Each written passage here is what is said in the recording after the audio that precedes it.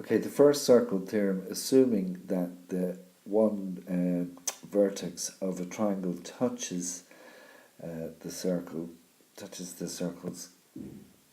circle, and one side of this triangle is a diameter. The theorem says that the angle in a triangle, in a semicircle, in half the circle, wherever that half may be, because one side is the diameter, the angle is always 90 degrees.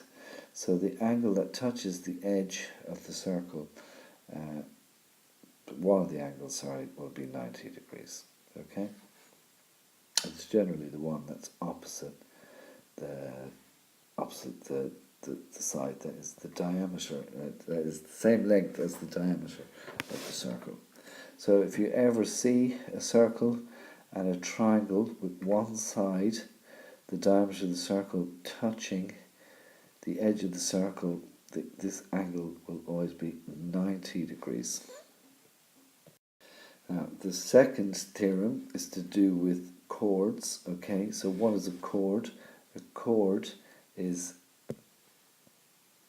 a line that's drawn in a circle. If I have a circle and this is the centre O, any line that touches two edges of the circle is a chord. Okay, so that's the chord AB, that's the chord CD, a line that touches two sides of the circle, E, F. These are all chords. Okay, the diameter could be a line that goes to the centre could be a chord as well. Okay, X, Y. So a chord is a line that cuts the edge of the circle in two places. Okay. Now the second theorem says a line drawn from the centre of a circle perpendicular, it's very important now, to any chord divides that chord into two equal lengths. So here's a chord here, AB, and we've a line that's just dropped from the centre down onto the chord, and it cuts the chord there at D. But this line is not perpendicular. This line is not perpendicular to this line.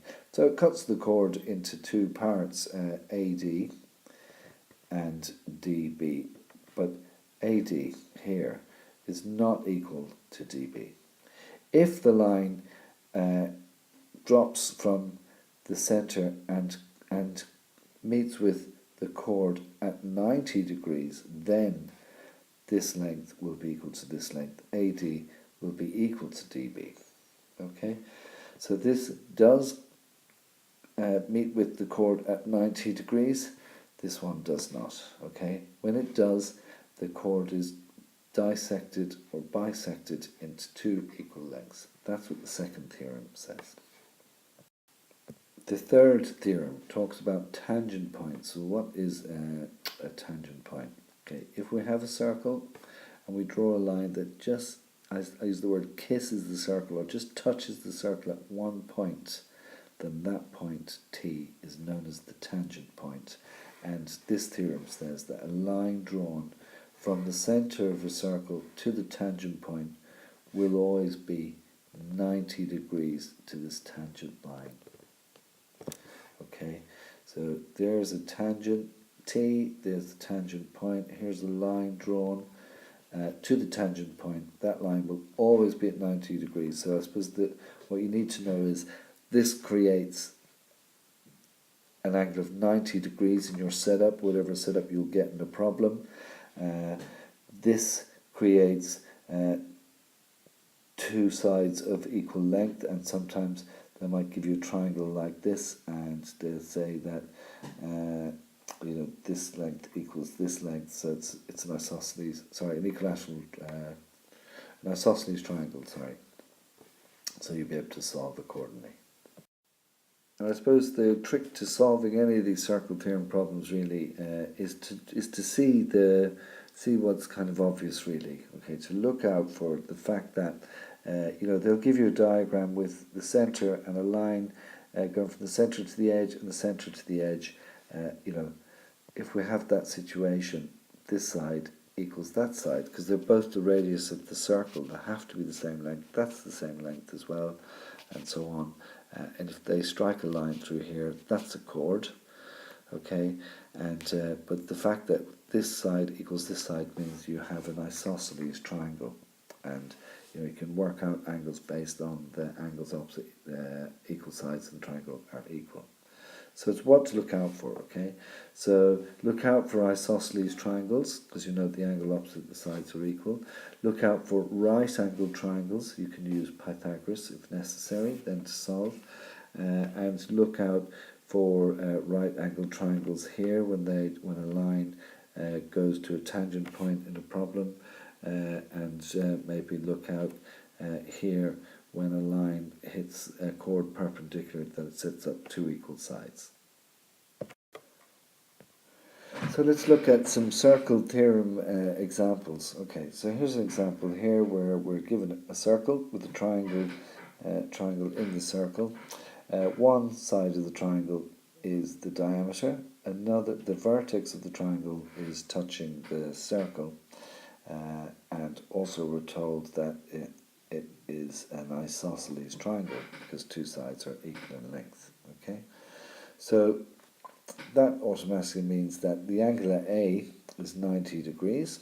Okay, because it's the angle the vertex of A is touching the circle, and also because it's an isosceles triangle, this angle here is equal to this angle C, because the two angles are opposite sides that are equal in length. So if that's the case, then if A is 90 plus C is 2C is 180, C must be equal to 45. Now this second example here is from question 3, page 323, and we're given a triangle in a circle, 42 degrees, touching the vertex. That must all be 90. This is 42. Also, we should note immediately this is the radius of the circle, the radius of the circle, the radius of the circle. So this is an isosceles triangle, and that's an isosceles triangle. Okay, so if that's the case, AO equals BO equals CO. So they're all radii of the same circle. So AO is equal to BO. Therefore, the angle AOB.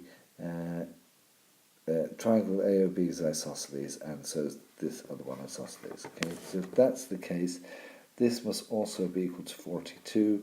If all of this is 90, this must be equal to 48, and if that's 48, then this must be 48 as well.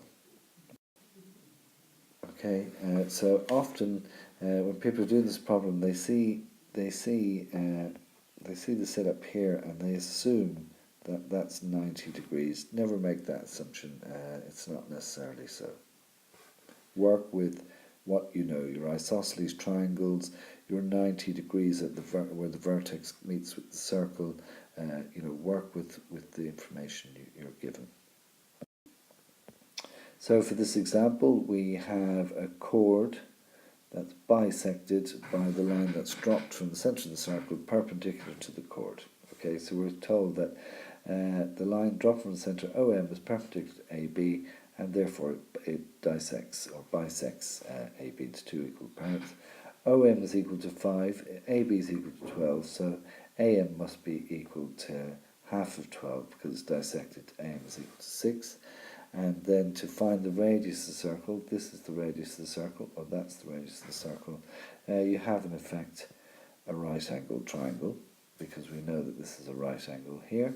So to find r, we're looking to use Pythagoras, find that r squared equals 6 squared plus 5 squared. R is equal to the square root of 61. And the final example here, we have two lines.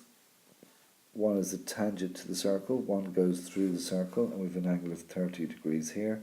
So this smaller triangle here, we can say that this line goes to the tangent point T, so this must set up 90 degrees. 90 and 30 from 180 means that this is 60. That must mean from the straight line angle rule that's 120. This is the radius of a circle, that's the radius of a circle, so I have in effect an isosceles triangle, and I have an angle here of 120, okay?